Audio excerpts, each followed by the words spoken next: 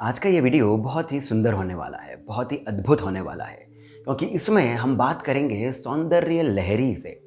इसमें हम बात करेंगे ललिता सहस्त्रनाम से और साथ ही साथ भगवान परशुराम कृत एक ग्रंथ है जिसमें उपासना की बहुत सारी विधियाँ बताई गई हैं, बहुत सारे रहस्य बताए गए हैं। उन्हीं में से दीक्षा विधि नाम का एक खंड है, उसके कुछ अंश हम आप सभी के लिए इस वीडियो में प्रस्तुत करेंगे। तो वीडियो बहुत ही रहस्यमय होने वाला है, बहुत ही ज्ञानवर्धक होने वाला है। और यदि आपको ये वीडियो सुंदर लगता है तो आप इसे लाइक भी करिएगा, सब्सक्राइब करना नहीं भूलिएगा और अंत तक तो देखिएगा। सबसे पहले हम बात करते हैं सौंदर्य लहरी से, क्योंकि इसी में श्रीयंत्र के बारे में बहुत ही विस्तार के साथ बताया गया है, बहुत ही सुंदरता पूर्वक। परंतु इसमें बहुत सारी टेक्निकलिटीज़ आ जाती हैं, इसी कारण इसको संक्षिप्त रूप में मैं आपके सामने प्रस्तुत करता हूँ। जब भी आप श्रीयंत्र को देखेंगे, वो किसी ताम्रपत्र पर बनाया हुआ हो या फिर पेपर पर बनाया हुआ हो, यानी 2D हो या फिर 3D हो, तब आप उसमें सबसे पहले देखिए बिंदु को। जो 3D है उसमें सबसे ऊपर बिंदु होता है और जो 2D है उसके बीचों बीच बिंदु है। ये जो बिंदु है यही ललिता त्रिपुरा सुंदरी हैं, यही कामेश्वरी हैं, जो कामेश्वर के साथ में समरूप होकर के बिंदु में ही स्थित है, स्थिर है। यहीं से ही ब्रह्मांड की उत्पत्ति होती है, यही संपूर्ण जो प्रपंच है वो आरंभ होता है। यहीं से ही शुद्ध विद्या, अशुद्ध विद्या, यहीं से ही संपूर्ण हमारे दुख, भय, मोह इत्यादि आरंभ होते हैं। अब श्रीयंत्र में 4 त्रिकोण ऊर्ध्वमुख हैं, ऊपर की ओर हैं। ये आपको ज़्यादा अच्छे से दिखेगा यदि आप एक 2D श्रीयंत्र को देखेंगे। तो 4 त्रिकोण हैं, 4 ट्रायंगल्स हैं, ये ऊपर की ओर हैं और 5 ट्रायंगल्स, 5 त्रिकोण ये ऊर्ध्व नहीं होकर के अधो हैं, अर्थात ये नीचे की ओर हैं। ये जो 4 त्रिकोण ऊपर की ओर हैं ये शिव त्रिकोण कहलाए जाते हैं। इन्हें श्रीकंठ भी कहते हैं। और जो 5 नीचे की ओर हैं ये शक्ति त्रिकोण हैं, इन्हें शिव युवती भी कहा जाता है। अब ये हो गए हैं 9, 4 ऊपर 5 नीचे। ये जो 9 है ये नंबर अपने आप में बहुत ही रहस्यमय हो जाता है।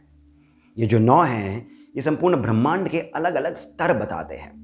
इसी में ही संपूर्ण ब्रह्मांड है और इसी कारण श्रीयंत्र में बिंदु से लेकर के भूपुर तक जो परम शिव तत्व है, वहां से लेकर के पृथ्वी तत्व तक संपूर्ण ब्रह्मांड को जब श्रीयंत्र में दर्शाया है, संपूर्ण ब्रह्मांड को जब इन्हें त्रिकोणों के रूप में दर्शाया है, तब इसका अर्थ यही आता है जो बताने की भी चेष्टा करी गई है इस यंत्र के माध्यम से कि संपूर्ण ब्रह्मांड, ये संपूर्ण चराचर जगत शिव शक्तिमय है, शिव शक्ति युक्त है। और इसी कारण ये त्रिकोण जो हैं इन्हीं में संपूर्ण श्रीयंत्र समाहित हो जाता है, संपूर्ण ब्रह्मांड समाहित हो जाता है। ये जो 9 त्रिकोण हैं यही संपूर्ण ब्रह्मांड के अलग अलग स्तरों को बताते हैं। किस प्रकार से, इसे समझने के लिए यहाँ पर हमें एक और बात को जानना आवश्यक है।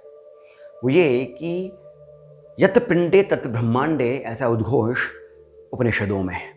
अर्थात जो कुछ भी ब्रह्मांड में है वही हमारे भीतर भी है। हमारा जो ये पिंड है यही ब्रह्मांड का माइक्रो रूप है और इसी कारण तंत्र में हम इसे माइक्रोकॉज्म कहते हैं। और जो ब्रह्मांड स्तर पर होता है या फिर अधिदैविक स्तर पर होता है हम उसे मैक्रोकॉज्म कहते हैं। ये जो माइक्रोकॉज्म है यानी हमारा शरीर, इसमें भी ऊपर से लेकर के नीचे तक शिव शक्तिमय ये संपूर्ण रूप है हमारा, संपूर्ण पिंड है हमारा और ब्रह्मांड भी वही है। तो अब यहाँ पर 3 चीज़ें आ जाती हैं। एक श्रीयंत्र, यदि आपके पास श्रीयंत्र है या फिर आप पेपर पर आप देख सकते हैं, किसी गूगल में आप फोटो से देख सकते हैं। एक वो, एक आप और एक ब्रह्मांड। ये तीनों जो हैं ये शिव शक्तिमय हैं, शिव शक्ति युक्त हैं। 9 जो स्तर हैं इन्हें तीनों में ही है। किस प्रकार से? जब मैं बात करता हूं हमारी माइक्रोकॉस्म की, तो जो शक्ति के जो रूप हैं, शक्ति जहां पर है, जो शक्ति का तत्व हम कह सकते हैं, वो आता है रक्त से, वो आता है त्वक से अर्थात स्किन से, वो आता है मांस से, वो आता है मेद से अर्थात ये फ्लैश हो गया और ये फैट हो गया, और आता है वो अस्थि से। ये पांचों जो हैं ये शक्ति का रूप है। उसके बाद जो शिव रूप है उसमें आता है शुक्र, सीमेन, उसमें आता है हमारा मज्जा अर्थात मैरो, उसमें आता है प्राण, जो पंच प्राण है, और उसी में आता है जीव अर्थात आत्मा। ये जो चार हैं ये शिव हैं, बाकी के जो पांच हैं वो शक्ति हैं। हमारा पूरा शरीर शिव शक्ति रूप है। कितनी अद्भुत सुंदर सी बात है, रहस्यमयी बात है, वैज्ञानिक बात है, ये विज्ञान से परिपूर्ण संपूर्ण बात है। यही सब अब यहाँ पर तो हम लोग देख सकते हैं, हम इसका एग्जामिनेशन कर सकते हैं। ब्रह्मांड में हम चूंकि एग्जामिनेशन कर नहीं सकते, इसी कारण ध्यान लगाना आवश्यक है। मेडिटेशन में हम ब्रह्मांड के उस स्तर को भी छू सकते हैं, देख सकते हैं, दृष्टा या फिर साक्षी भाव के साथ। आइए अब यहीं पर ही हम एक और बहुत ही गहरा रहस्य समझने की चेष्टा करते हैं। जो बिंदु है उसमें शिव शक्ति एकात्म रूप में स्थिर है, ये हम समझ गए। ये ब्रह्मांडीय स्तर पर है, ये परम शिव की स्थिति है। ये जो परम शिव है, जब इनके मन में इच्छा उत्पन्न होती है सृष्टि करने की, तब जो शक्ति है वो अधोमुखी होकर के नीचे की ओर आती है। इसी कारण श्रीयंत्र में शक्ति के जो त्रिकोण है वो अधोमुख है। अब शक्ति ऊपर से नीचे की ओर आती है जब परम शिव की इच्छा होती है सृष्टि करने की।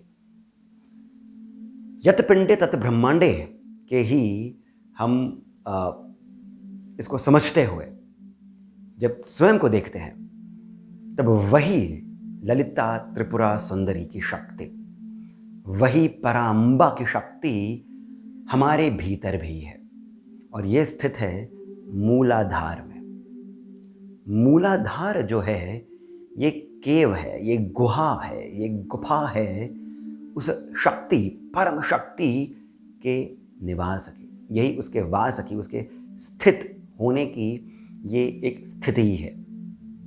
मूलाधार यही वो गुफा है। यहीं पर ही वो जो शक्ति है, वो जो त्रिपुरा है, वो कुंडलिनी के नाम से रहती है।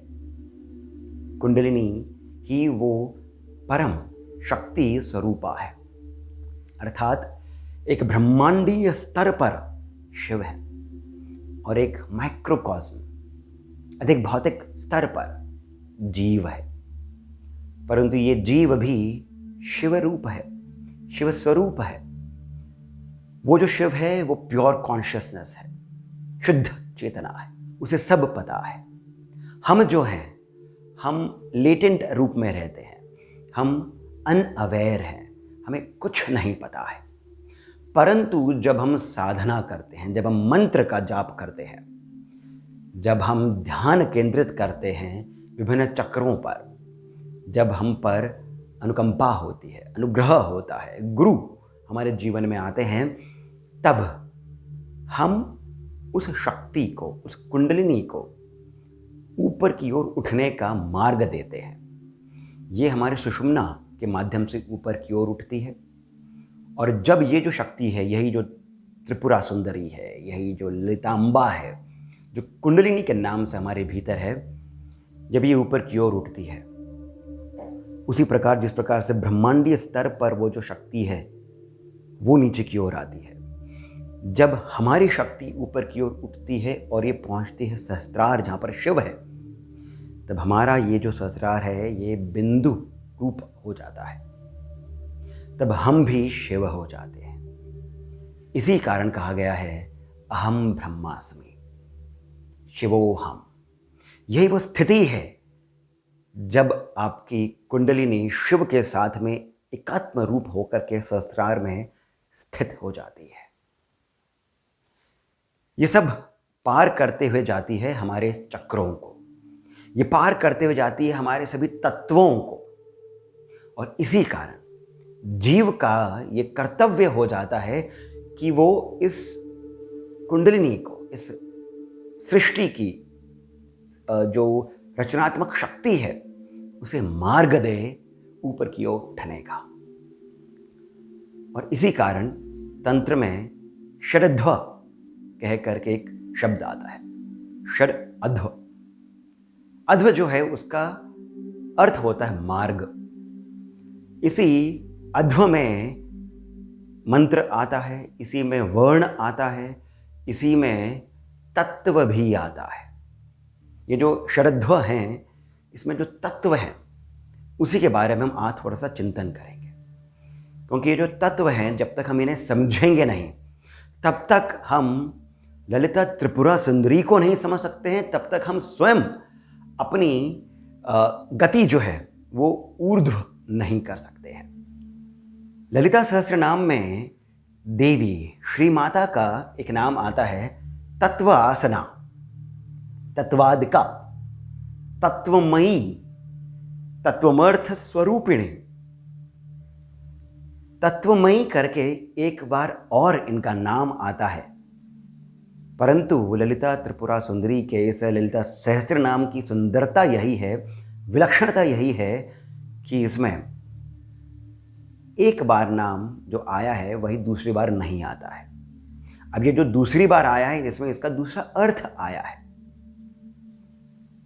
जो श्लोक आता है वो इस प्रकार है, तत्ववासना तत्वमयी पंचकोशांतर स्थिता निह सीम महिमा नित्य यौवना मदशालिनी। फिर आता है तत्वाधिका तत्वमयी तत्वमर्थ स्वरूपिणी साम गायन प्रिया सौम्या सदाशिव कुटुंबिनी। अब ये जो तत्व हैं जिनकी हम बात कर रहे हैं, इनको तीन श्रेणी में हम देख सकते हैं। एक है आत्म तत्व, दूसरा है विद्या तत्व, और तीसरा है शिव तत्व। जो आत्म तत्व है हम उसे माया तत्व के रूप में समझ सकते हैं। विद्या तत्व जो है ये सदाशिव तत्व का हम इसका रूप समझ सकते हैं, और शिव तत्व जो है यही शक्ति और शिव का एकागम तत्व है। और जो ये शिव तत्व है यहीं पर ही शक्ति और शिव विराजमान है। परंतु इसके बाद में एक और तत्व आता है जो है तुरीय तत्व, और यहीं पर ही शिव शक्ति समष्टि रूप में स्थित है। आज के इस वीडियो में हम अभी चर्चा करेंगे सृष्टि की उत्पत्ति की। वो जो क्रम है वो क्या है, क्योंकि वहीं से हमें 36 तत्व समझ में आएंगे। और हम बात करेंगे इसी के स्केलेटन की, अर्थात इसके आधार की। जो 36 तत्व हैं वो किसका आधार लेकर के स्थित हैं, अपना कार्य करते हैं। और फिर अगले वीडियो में हम इन सभी 36 तत्वों का एक एक रूप, एक एक अर्थ समझेंगे। अब देखिए, हमने बात करी थी ये ललिता सहस्त्रनाम की, जिसमें देवी को तत्वमयी कहा है, जिसमें देवी को तत्वाधिका कहा है, जिसमें देवी को तत्व आसना कहा है। तत्व आसना का अर्थ क्या हुआ? जिसका आसन ये तत्व है। तत्वमयी का अर्थ क्या हुआ?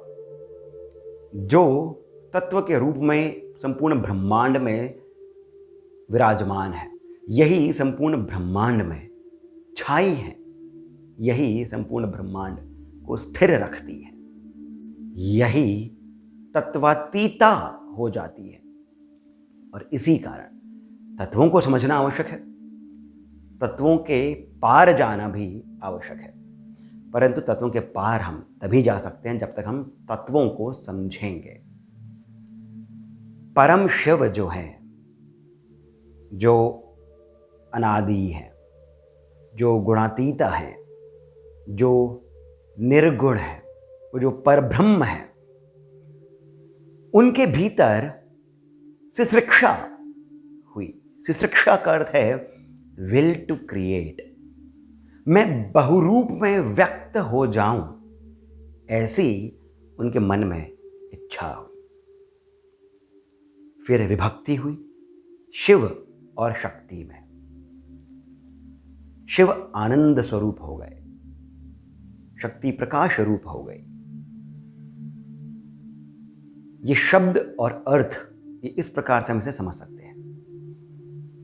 शिव शक्ति जो है यही अहम और इदम हो गए। इदम से फिर और आगे का क्रम चालू हुआ। इन दोनों से ही, शिव शक्ति से ही सदाशिव उत्पन्न हुए। ये सदाशिव जो हैं ये ज्ञान तत्व लिए हुए हैं, यानी हम इन्हें समझ सकते हैं केवल ज्ञान तत्व के माध्यम से। सदाशिव से फिर उत्पन्न हुए ईश्वर, यही क्रिया रूप है। यह विश्व है, ऐसा भाव जब हो जाता है तभी ये ईश्वर तत्व हो जाता है। सदाशिव तत्व जो है इसमें भाव आता है सर्व विश्वम अहम, मैं ही विश्व हूं। ये सदाशिव भाव है। ईश्वर भाव है यह विश्व है। इसके बाद में आता है शुद्ध विद्या। शुद्ध विद्या बताती है कि शिव और शक्ति जो है ये एक ही हैं। इसी कारण इस विद्या को हम शुद्ध विद्या कहते हैं। परंतु इसमें भी एक भेद आ जाता है कि विश्व का विस्तार जो है वो मैं ही हूं।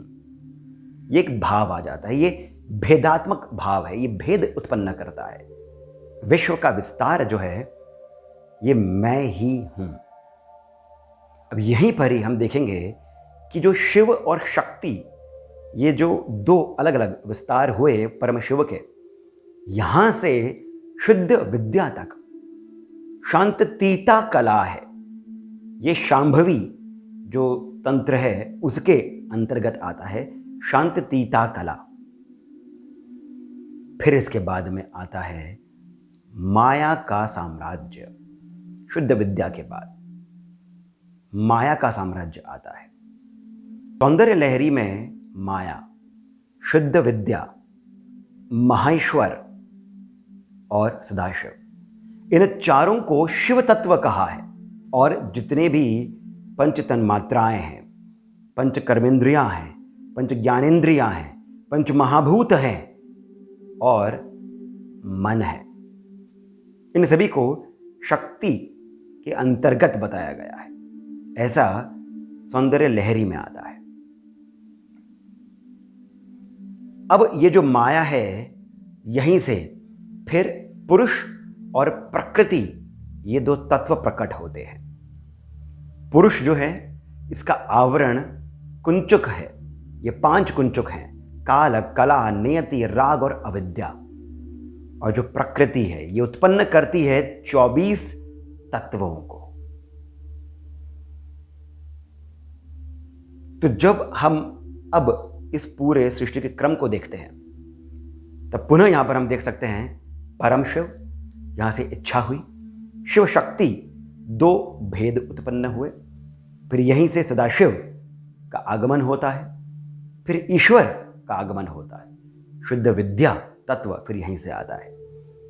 इसी के बाद में माया तत्व आता है, जिससे पुरुष और प्रकृति 2 अलग अलग भेद यहां पर आ जाते हैं। पुरुष 5 कुंचुक से ढका हुआ है, ये इसके आवरण है। और प्रकृति जो है ये 24 तत्वों को जन्म देती है, जिसमें से अंतिम तत्व है पृथ्वी तत्व। शिव से लेकर के पृथ्वी तत्व जो है यही 36 तत्व है। यही पृथ्वी तत्व लिए हुए मूलाधार हमारे भीतर है और शिव तत्व लिए हुए परम शिव के साथ में कामेश्वरी बिंदु रूप में वहां पर स्थित है। हम जब अपने तत्वों पर ध्यान केंद्रित करते हैं, इन्हीं से जब हम अलग होते हैं, परे होते हैं, इनको पार करते, जब हम उठते हैं, तब हम पहुंचते हैं शिव धाम की ओर। तब हम पहुंचते हैं ललितांबा की ओर। ललिता त्रिपुरा सुंदरी की ओर। तो इस वीडियो को मैं यहीं पर ही अब विराम देता हूं। हमने एक स्केलेटन के फॉर्म से और साथ ही साथ में बहुत ही रहस्यों को जानते हुए, क्योंकि 36 तत्वों से पहले इन रहस्यों के बारे में जानना आवश्यक था, इनके बारे में हमने इस वीडियो में जाना है, समझा है। हो सकता है कि कुछ बातें जो हैं ये पहली बारी में हमें पकड़ में नहीं आए, तो मैं आप सभी से ये विनती करता हूं कि कृपया करके पीछे जा करके फिर से देखिए, समझने की चेष्टा करें कि क्या कहा गया है। उसके बाद में हम शीघ्र ही दूसरा वीडियो अपलोड करेंगे, लेकर के आएंगे, जिसमें हम इन सभी तत्वों के बारे में विस्तार से बात करेंगे। तो आशा करता हूं कि आपको ये वीडियो सुंदर लगा होगा, ज्ञानवर्धक लगा होगा, लाभप्रद लगा होगा। यदि ऐसा है तो कृपया करके आप हमें लाइक अवश्य करें, सब्सक्राइब करना नहीं भूलें। वहीं पर ही जो कमेंट सेक्शन में पहला कमेंट पिंड है, वहाँ से पेटीएम, जीपे इत्यादि के माध्यम से जितना अधिक हो सके आप हमें श्री सहयोग भी अवश्य करें, बहुत अधिक प्रोत्साहन मिलता है। इसके साथ मैं सिद्धार्थ आप सभी से जाने की अनुमति लेता हूँ। धन्यवाद।